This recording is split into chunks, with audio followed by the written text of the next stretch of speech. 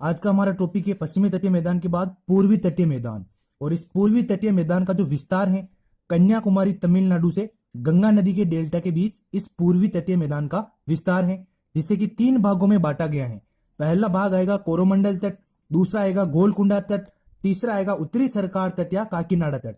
तो पहला भाग है कोरोमंडल तट, जिसका विस्तार कहां से कहां तक है, कन्याकुमारी तमिलनाडु से कृष्णा नदी के डेल्टा तक इस कोरोमंडल तट का फैलाव या विस्तार है।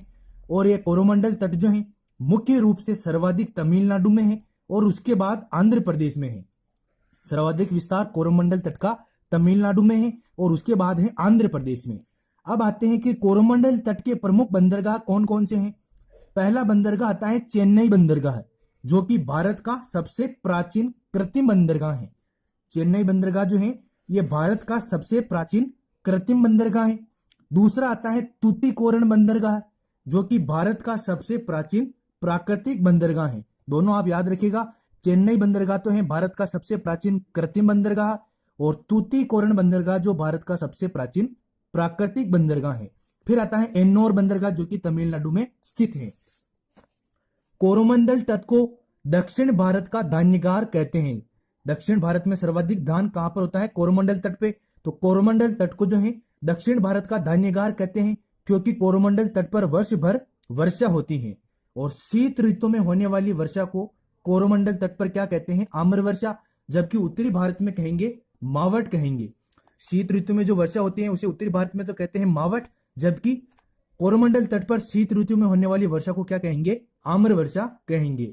दूसरा भाग आता है अपने गोलकुंडा तट।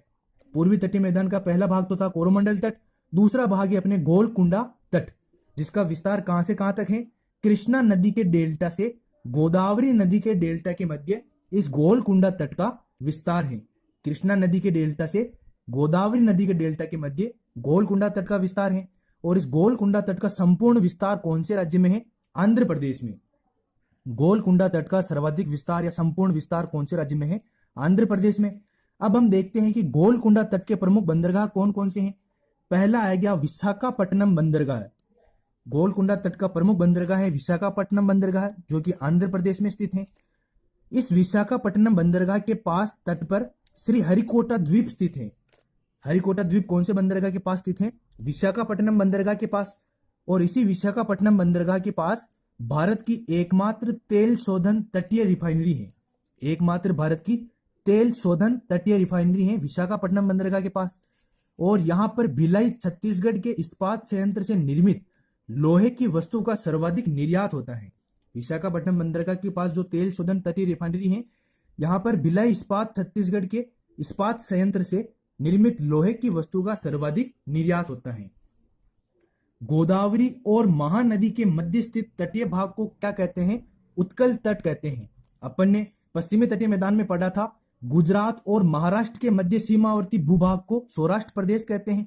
और यहां पर है गोदावरी और महानदी के बीच जो तटीय भाग है इसे क्या कहेंगे, उत्कल तट कहते हैं। फिर दूसरा बंदरगाह आता है गोलकुंडा तट का मछलीपट्टनम बंदरगाह, ये भी आंध्र प्रदेश में स्थित है। फिर तीसरा भाग आता है अपने पूर्वी तटीय मैदान का उत्तरी सरकार तट या काकीनाडा तट। और इस उत्तरी सरकार तट का विस्तार कहां पर है, सर्वाधिक विस्तार उड़ीसा में, फिर इसके बाद आंध्र प्रदेश और पश्चिमी बंगाल में। विस्तार कहां से कहां तक है, गोदावरी नदी के डेल्टा से गंगा नदी के डेल्टा के मध्य। पूर्वी तटीय मैदान का विस्तार शुरू हुआ था कन्याकुमारी तमिलनाडु से गंगा नदी के डेल्टा तक। सबसे पहले आया था अपने कोरोमंडल तट। 3 भागों में विभाजन हुआ था पूर्वी तटीय मैदान का, जिसमें पहला भाग आया था कोरोमंडल तट, जो शुरू हुआ था कन्याकुमारी तमिलनाडु से कृष्णा नदी के डेल्टा तक। फिर आया गोलकुंडा तट, इसका विस्तार था कृष्णा नदी के डेल्टा से गोदावरी नदी के डेल्टा तक। फिर अपने अंतिम तट आया पूर्वी तटीय मैदान का उत्तरी सरकार तट, जिसका विस्तार है गोदावरी नदी के डेल्टा से गंगा नदी के डेल्टा के मध्य। अब आते हैं उत्तरी सरकार तट के प्रमुख बंदरगाह कौन कौन से हैं। पहला है पारादीप बंदरगाह, जो कि उड़ीसा में स्थित है। और यह बंदरगाह जो है पारादीप, यह वर्ष भर खुला रहता है। कौन सा बंदरगाह वर्ष भर खुला रहता है, तो पारादीप बंदरगाह उड़ीसा में स्थित है, जो कि वर्ष भर खुला रहता है। दूसरा आता है हल्दिया बंदरगाह, जो कि पश्चिमी बंगाल में स्थित है, हल्दिया बंदरगाह। अंतिम बंदरगाह आता है उत्तरी सरकार तट का कोलकाता बंदरगाह, यह भी पश्चिमी बंगाल में स्थित है। कोलकाता बंदरगाह एकमात्र ऐसा बंदरगाह है जो कि नदी पर निर्मित है। कौन सी नदी पर, हुगली नदी पर। कोलकाता बंदरगाह एकमात्र ऐसा बंदरगाह है जो कि नदी पर निर्मित है। कौन सी नदी पर? हुगली नदी पर। अब आता है अपना मैदानी प्रदेश। हिमालय की नदियों द्वारा प्लीस्टोसिन युग में यूरेशियन तथा भारतीय प्लेट के मध्य गर्त में भार या अवसाद जमा होने से मैदान का निर्माण हुआ। हिमालय की जो नदियां हैं उसके द्वारा प्लीस्टोसिन युग में यूरेशियन और भारतीय प्लेट के मध्य गर्त में नीचे की तरफ भार या अवसाद जमा होने से मैदान का निर्माण हुआ। और इस मैदानी प्रदेश की लंबाई कितनी है? 2400 किलोमीटर। मैदानी प्रदेश की लंबाई कितनी है? 2400 किलोमीटर। और इस मैदानी प्रदेश का क्षेत्रफल कितना है? 7.5 लाख वर्ग किलोमीटर। 7.5 लाख वर्ग किलोमीटर क्षेत्रफल है इस मैदानी प्रदेश का। अब आता है मैदान का निर्माण क्रम, अपन देखते हैं। अभी रीट में क्वेश्चन आया था तराई प्रदेश वाला। पहला आता है भाबर। भाबर क्या होते हैं? शिवालिक हिमालय के दक्षिणी भाग में नदियों द्वारा निर्मित पथरीला भूभाग क्या कहलाता है? भाबर कहलाता है। शिवालिक हिमालय के दक्षिणी भाग में नदियों द्वारा निर्मित पथरीला जो भूभाग होता है, पत्थर निर्मित, वो पत्थर ही पत्थर पाए जाते हैं वहां पे, क्या कहते हैं? भाबर कहलाता है। नदियों द्वारा पत्थर लाए जाते हैं उसमें, तो पथरीला भूभाग होता है भाबर। फिर आता है तराई प्रदेश, जो कि अभी रीट में आया था 2017 में, कि नदी द्वारा निर्मित दलदली भूमि का वह क्षेत्र जो कि उत्तर प्रदेश और नेपाल की सीमा पर स्थित है, तराई प्रदेश कहलाता है। नदी द्वारा जिस दलदली भूमि का निर्माण होता है वो कहलाता है तराई प्रदेश। और ये कहां पर स्थित है? उत्तर प्रदेश और नेपाल की सीमा पर स्थित है। फिर आते हैं बांगर। क्या होते हैं? कि नदी द्वारा निर्मित पुराने जलोढ़ मैदान, नदी द्वारा निर्मित पुराने जलोढ़ मैदान जहां बाढ़ का पानी नहीं पहुंच पाता, क्या कहलाते हैं? बांगर कहलाते हैं। अपन इसको शॉर्ट ट्रिक के माध्यम से ऐसे भी समझ सकते हैं कि नदी द्वारा पुरानी मिट्टी जमा की जाती है वो तो कहलाती है बांगर, और नई मिट्टी का जमा होता है वो कहलाएगी खादर। बांगर में पथरीला भूभाग जो है क्या कहलाएगा? भूंड प्रदेश कहलाता है। बांगर में पथरीला भूभाग भूंड प्रदेश कहलाता है।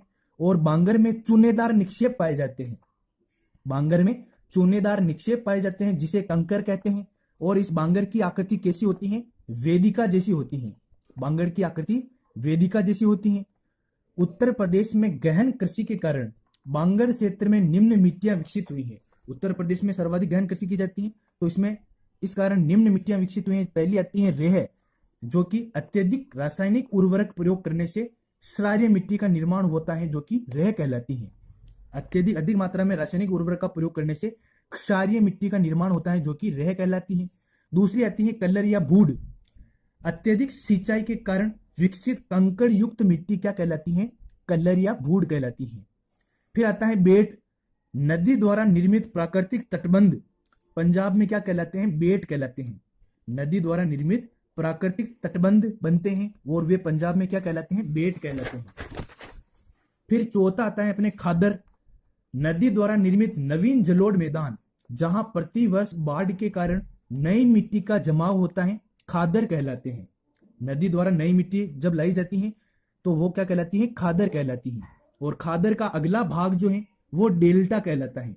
खादर का अगला भाग डेल्टा कहलाता है। और खादर का आकार जो है ग्रीक भाषा के डेल्टा नुमा आकार का होता है। और डेल्टा का आकार कैसा होता है? डेल्टा का आकार होता है त्रिभुजाकार। और खादर का आकार ग्रीक भाषा के डेल्टा नुमा आकार का होता है। अब आता है मैदान का विभाजन, निर्माण या प्रादेशिक आधार पर इसका विभाजन। पहला आता है अपने सिंधु का मैदान। सिंधु तथा उसकी सहायक नदियों द्वारा निर्मित ये सिंधु का मैदान दो भागों में विभाजित है। पहला आता है सिंध दोआब और दूसरा आएगा पंजाब वाला। तो सिंध दोआब में पाकिस्तान में स्थित सिंधु तथा चिनाब की 5 नदियों के मध्य सिंध दोआब स्थित है। फिर आएगा पंजाब वाला कि पंजाब में 5 नदियों की, पंजाब को क्या कहते हैं? 5 नदियों की भूमि कहते हैं, जिसमें 4 दोआब स्थित हैं। पंजाब क्या कहलाता है? 5 नदियों की भूमि कहलाता है, जिसमें कितने दोआब स्थित है? 4 दोआब। पहला आता है बिस्ट दोआब। बिस्ट दोआब जो है ये व्यास और सतलज नदी के मध्य स्थित है। बी से हो गया व्यास और स्ट से हो गया सतलज। तो बिस्ट दोआब जो है ये व्यास और सतलज नदी के मध्य स्थित है। फिर आएगा बारी दोआब। बारी दोआब जो है व्यास और रावी नदी के मध्य स्थित है। बा से तो हो गया व्यास और री से हो गया रावी। तो बारी दोआब जो है व्यास और रावी नदी के मध्य स्थित है। फिर आएगा रचना दोआब। रचना दोआब से मतलब है रावी नदी और चिनाब नदी के मध्य स्थित दोआब है रचना दोआब। र से तो हो गया रावी और ची से हो गया चिनाब। तो रचना दोआब जो है रावी नदी और चिनाब नदी के मध्य स्थित है। बिस्ट दोआब व्यास और सतलज नदी के मध्य। बारी दोआब व्यास और रावी के मध्य। रचना दोआब रावी और चिनाब नदी के मध्य। फिर आएगा चाज दोआब। चाज दोआब जो है चिनाब और झेलम नदी के मध्य स्थित है। चा से हो गया चिनाब और झे से हो गया झेलम। तो ताज दोआब जो है चिनाब और झेलम नदी के मध्य स्थित है। संपूर्ण पंजाब का 30% भाग भारत में है, बाकी का भाग पाकिस्तान में है। संपूर्ण पंजाब का 30% भाग भारत में है, बाकी भाग सिंधु और उसकी सहायक नदियों से निर्मित भागों में है पाकिस्तान में। और ये पंजाब का मैदान जो है गेहूं, चावल, कपास, गन्ना उत्पादन के लिए प्रसिद्ध है। सिंध दोआब जो है, सिंध दोआब का मैदान या सिंधु का मैदान जो है गेहूं, चावल, कपास, गन्ना उत्पादन के लिए फेमस है। फिर दूसरा आता है मैदानों में गंगा यमुना का मैदान, ये किसके मध्य स्थित है? गंगा तथा यमुना नदी के मध्य स्थित है। फिर आता है ब्रह्मपुत्र का मैदान, ये मैदान जो है ब्रह्मपुत्र का, ये रेम्प घाटी में स्थित है, जो कि पूर्वी हिमालय तथा मेघालय पठार के मध्य में है। रेम्प घाटी कहां पर है? पूर्वी हिमालय तथा मेघालय पठार के मध्य स्थित है। तो आपसे पूछ लिया जाए कि कौन सी नदी का मैदान रेम्प घाटी में स्थित है, तो ब्रह्मपुत्र नदी का मैदान जो है रेम्प घाटी में स्थित है।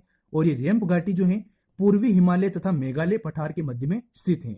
और ये ब्रह्मपुत्र मैदान जो है ये मुख्यतः असम में स्थित है, जहां पर चावल का उत्पादन किया जाता है।